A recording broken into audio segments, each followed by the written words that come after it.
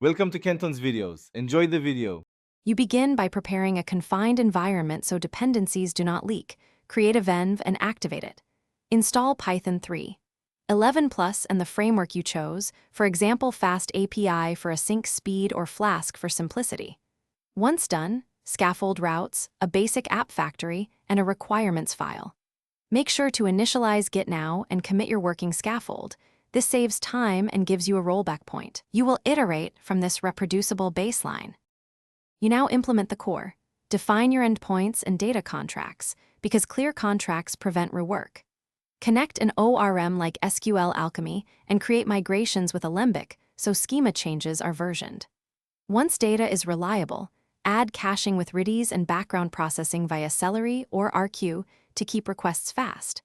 Make sure to add authentication using JWT or OAuth2 and centralize config. Then write tests that exercise main flows. Automated tests catch regressions before deployment. You finalize by containerizing the app and wiring up continuous integration so builds are repeatable, push images to a registry and deploy with health checks. Once live, add structured logging, metrics, and alerts so you know when performance slips. Run load tests and configure graceful shutdowns to avoid losing requests. If something breaks, check the app logs and trace the request path. Correlate request ID across services to isolate the failing component quickly, then roll back if needed. Thanks for watching. Consider subscribing if we helped you.